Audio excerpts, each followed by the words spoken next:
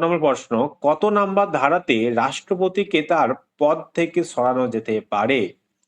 এ 60 নম্বর ধারা, B 61, C 65, D 62।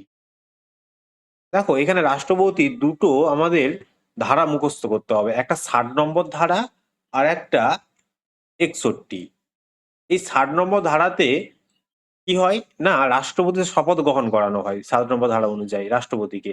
কে শপথ গ্রহণ পাঠ করে বলুন তো? সুপ্রিম কোর্টের প্রধান বিচারপতি।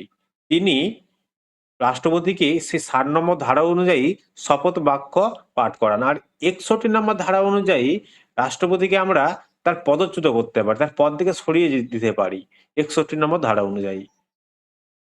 দেখো লিখে দিয়েছে এখানে।